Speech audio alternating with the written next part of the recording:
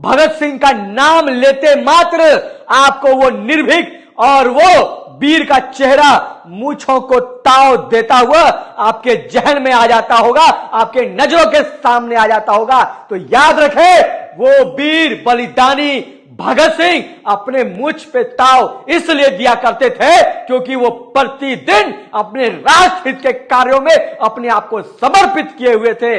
उनके लिए इस राष्ट्र से बढ़कर कुछ भी नहीं था। जी हां, बिल्कुल हम लोगों के लिए भी हमारा राष्ट्र सर्वोपरि होना चाहिए। मैं आप लोगों को बताना चाहता हूं, ये जो हमारे भगत सिंह थे, आप जब भी उनको पहले देखा करते होंगे तो पुस्तकों के साथ देखा करते होंगे। जब उन्हें जेल की सलाखों के भीतर भी डाल दिया गया तब भी उन्होंने लगभग 300 किताबें पढ़ी थी, क्योंकि उन्हें पता है शिक्षा वो शेरनी का दूध है, जो पिएगा वो दहाड़ेगा।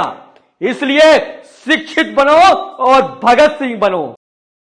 इनकलाब जिंदाबाद, इनकलाब जिंदाबाद। जी हां, इनकलाब जिंदाबाद सुनते ही सबसे पहले को याद आते हैं तो हमारे वीर बलिदानी भगत सिंह याद आते हैं। जी हां, आज हमारे वीर बलिदानी भगत सिंह का जन्मदिन है, तो उनके जन्मदिन के अवसर पर मैं आप सब लोगों के पास अपनी कुछ बातें रखना चाहता हूं। मैं चाहूंगा कि आप मेरे इस वीडियो को ज्यादा से ज्यादा लोगों तक शेयर करके पहुंचाएं, क्योंकि आज भी हर एक घर में यही चर्चा होता है, कोई तो भगत सिंह हो, कोई तो भगत सिंह बने। लेकिन यह भी चर्चाएं होती है कि भगत सिंह किसी और का बेटा बने, हमारा बेटा या हमारे घर से भगत सिंह ना बने। ये सबसे गलत बात है, इसी को बदलना होगा।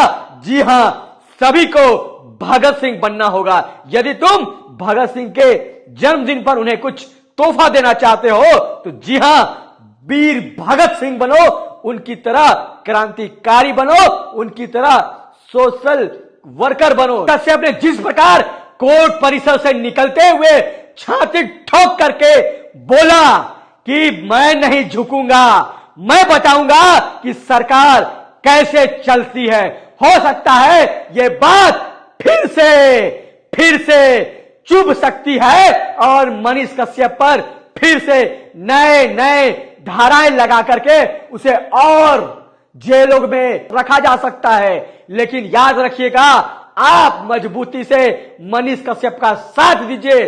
साल, 2 साल, 3 साल, 4 साल, कितने साल मनीष कश्यप को तुम जेल में रखोगे? मनीष कश्यप एक नाम मात्र नहीं, एक विचारधारा है जिसे तुम कैद नहीं कर सकते हो। जिस प्रकार से भगत सिंह की विचारधारा है, ठीक उसी प्रकार से उन्हीं के मार्गदर्शन में चलने वाला मनीष कश्यप का विचारधारा है, तुम उसे कैद नहीं कर सकते हो। फिर भी वो भगत सिंह पर हंसा करते थे और चर्चाएं निगेटिव किया करते थे। ठीक इसी प्रकार आज भी जो आपका नया भगत सिंह है मनीष कश्यप, उस पे भी कमेंट में और जगह जगह लोग, कुछ वैसे चंद लोग हैं जो हंसा करते हैं, मखौल उड़ाया करते हैं। लेकिन याद रखिएगा, इतिहास कुछ करने वालों की लिखी जाती है। इतिहास उन्हीं को याद करता है जो राष्ट्र के लिए कुछ कर गुजरता है। तो मनीष कश्यप भी एक इतिहास लिख रहा है, नए विकास के बारे में वो बात कर रहा है, मजदूरों के बारे में वो बात कर रहा है, असहायों के बारे में वो बात कर रहा है, शिक्षा रोजगार पे वो बार बार बोल रहा है, जिस प्रकार से भगत सिंह बोला करते थे। बहुत दिनों के बाद ऐसा एक संजोग मिला है कि आपको एक नया भगत सिंह मिला है, मनीष कश्यप मिला है। याद कीजिए, ब्रिटिश काल में भी जब भगत सिंह को सलाखों के पीछे डाला गया था, उस समय भी कई जयचंद थे जो पीठ पीछे हंसा करते थे, पीठ पीछे बातें बनाया करते थे। उन्हें भी पता था कि यह भगत सिंह अपने राष्ट्र हित के लिए जेल के अंदर डाला गया है और इसे सजा में फांसी भी मिलने वाली है। फिर भी वो हंसा करते थे और खुद से वो चोरी किया करते थे, क्योंकि उन्हें पता है कि वो गलत है, फिर भी वो खुद पे हंसा करते थे। शिक्षित होकर देखा कि किस प्रकार से मजदूरों के साथ ये अंग्रेज जाति करते हैं, गलत करते हैं, मजदूरों का दोहन करते हैं। बस निकल पड़े भगत सिंह उसी राह में, गरीबों का मसीहा बन करके, गरीबों की मदद करने के लिए और अपने राष्ट्र हित के लिए, अपने देश को इस गुलामी से आजाद कराने के लिए, गरीबी से आजाद कराने के लिए और इन अंग्रेजों से आजाद कराने के लिए। ठीक उसी प्रकार आपको भी भगत सिंह बनना होगा। और यदि आप भगत सिंह नहीं बन सकते हैं तो जो आपको भगत सिंह बनता दिख रहा है, उनके बताए हुए मार्गों पर चलता दिख रहा है, आप उसका मजबूती से उसको मदद करें, उसको सहयोग करें, उसे आगे लेके जाए, ना कि उसका टांग खींचे। ठीक आप देख सकते हैं हमारे टी शर्ट में मैंने 2 तस्वीरें लगाई है, एक अपने वीर बलिदानी भगत सिंह का, तो दूसरा आज के भगत सिंह का। जी हां, मनीष कश्यप का, उसी मनीष कश्यप का जो लगातार महीनों से शांत है। जब बहुत सताया गया तब उसने कोर्ट परिसर से बाहर निकलते हुए कहा, मेरे दादा ने चीन के युद्ध में अपनी भूमिका निभाई, मेरे पिताजी ने पाकिस्तान से युद्ध किया, मैं फौजी का बेटा हूं, मैं नहीं झुकूंगा, मैं नहीं झुकूंगा, मैं फौजी का बेटा हूं। ठीक मैं आपको याद दिलाना चाहता हूं, जिस प्रकार से अंग्रेजों ने हवालात में जाकर, जेल में जाकर भगत सिंह को बहलाया, फुसलाया और बोला कि भगत सिंह यदि तुम एक चिट्ठी ब्रिटिश सरकार को लिख करके माफी मांग लोगे, बोलोगे ये मेरी भूल थी, तो जिस प्रकार से तुमने असेंबली में बम मारा उसे भुला दिया जाएगा, तुम्हारे सजाए को खत्म कर दी जाएगी, तुम्हें रिहा कर दिया जाएगा। भगत सिंह ने उनकी बात को मान लिया, चिट्ठी जरूर लिखा, लेकिन उस चिट्ठी में लिखा कि मैं एक क्रांतिकारी हूं, मुझे फांसी मत देना, बल्कि बीच चौक पर मुझे गोली मार देना। बात समझे? कहने का तात्पर्य उनका यह था, पूरा भारतवर्ष देखे, यदि तुम अपने राष्ट्र के लिए समर्पित हो तो कभी भी अपने सर को मत झुकाना, चाहे तुम मृत्यु को प्राप्त ही क्यों ना हो जाओ। ठीक उसी प्रकार मनीष कश्यप ने उसी पैटर्न में गरीबों की मदद करना शुरू कर दिया। ये अमीरों का जो दोहन है, ये जो तानाशाह सरकारों का जो दोहन है, ये मनीष कश्यप को भी ठीक भगत सिंह की तरफ बर्दाश्त नहीं हुआ और वो निकल पड़ा अपना 200 रुपया का माइक को लेकर के गरीबों की बात करने, असहायों की बात करने, रोजगार पर बात करने, स्वास्थ्य पर बात करने, और एक ट्वीट मात्र करके सरकार से सवाल कर दिया, जो दर्जनों अखबार वालों ने छापा और चलाया कि किस प्रकार से तमिलनाडु में मजदूरों के साथ बर्बरता किया जा रहा है। उसने सवाल मात्र किया कि क्या यह सच है।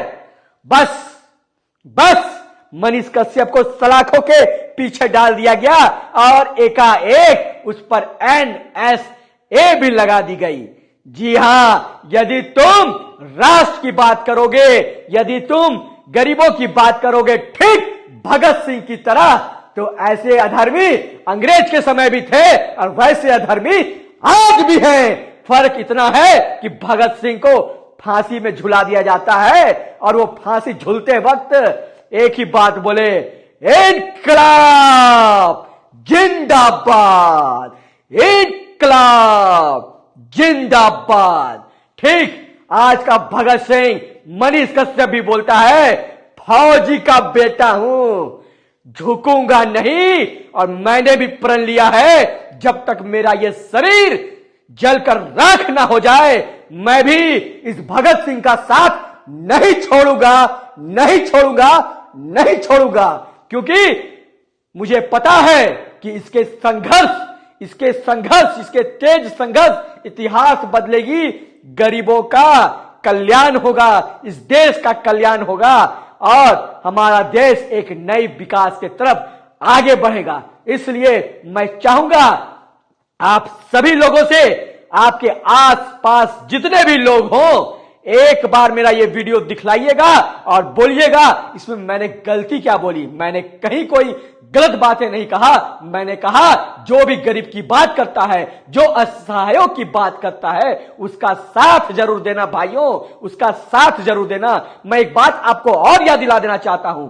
मनीष कश्यप ने जो अपनी मां से जब वो भेंट करते हैं, जब उनकी मां के आंखों में आंसू आ जाती है, तो अपनी मां के आंसू को देखते हुए मनीष कश्यप बोलता है कि मां, मैं तुम्हें वादा करता हूं ये बेटा तुम्हारा कभी नहीं झुकेगा, और जिस दिन बाहर निकलेगा लाखों करोड़ों माओ की आंसू को पोंछने का कार्य करेगा। जी हां, ये शब्द सुनते ही पूरे शरीर में कहिए एक पॉजिटिव एनर्जी दौड़ पड़ती है। जी हां, मैं बहुत प्रभावित हो जाता हूं। ऐसे कई लोग को प्रभावित होना चाहिए, क्योंकि एक गरीब का मसीहा को इतने तड़पाने के बाद भी वो जब अपनी मां के आंसुओं को देखता है तो मां के आंसू की चिंता नहीं होती है, उसे चिंता है हजारों और लाखों मां के आंसुओं की। जो पूरे देश की चिंता करता है वो अपने परिवार की चिंता नहीं करता है,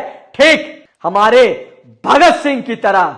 जी हां, आज का भगत सिंह मनीष कश्यप है, इसलिए मैं अपने इस टी शर्ट में मनीष कश्यप की तस्वीरें साथ लगा करके आप लोग के सामने ऑन कैमरा आया हूं। मुझे पता है कि बहुत से लोग निगेटिव कमेंट भी करेंगे, लेकिन निगेटिव कमेंट करने वालों को मैं यही कहना चाहता हूं, भाइयों, यदि कोई गरीबों की आवाज उठा रहा है, यदि कोई असहायों की आवाज उठा रहा है, जो कोई मां बहनों की बात कर रहा है, वही है आज का भगत सिंह। तुम भी हो सकते हो आज के भगत सिंह। जी हां, कमेंट को छोड़ो, तुम भी आगे आओ और तुम भी भगत सिंह बनो।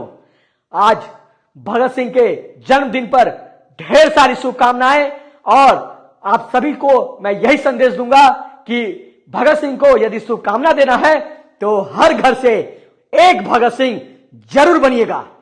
जय हिंद, जय भारत।